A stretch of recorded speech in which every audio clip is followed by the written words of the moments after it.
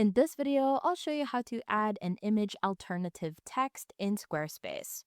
Once you are on your Squarespace website, the first step is to head over to your top bar and on the left-hand side, simply click on Edit so we can start customizing our website.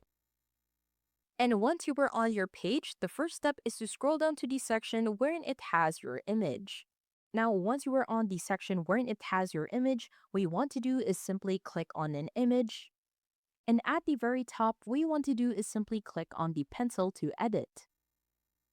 Now on the right hand side, simply head over to the bottom, and in here you can add your image alternative text. In here you can add whatever you want it to be. Let's say this is a mountain view. And once you're done, you can just simply click on a section or wherever on the page since it will automatically save.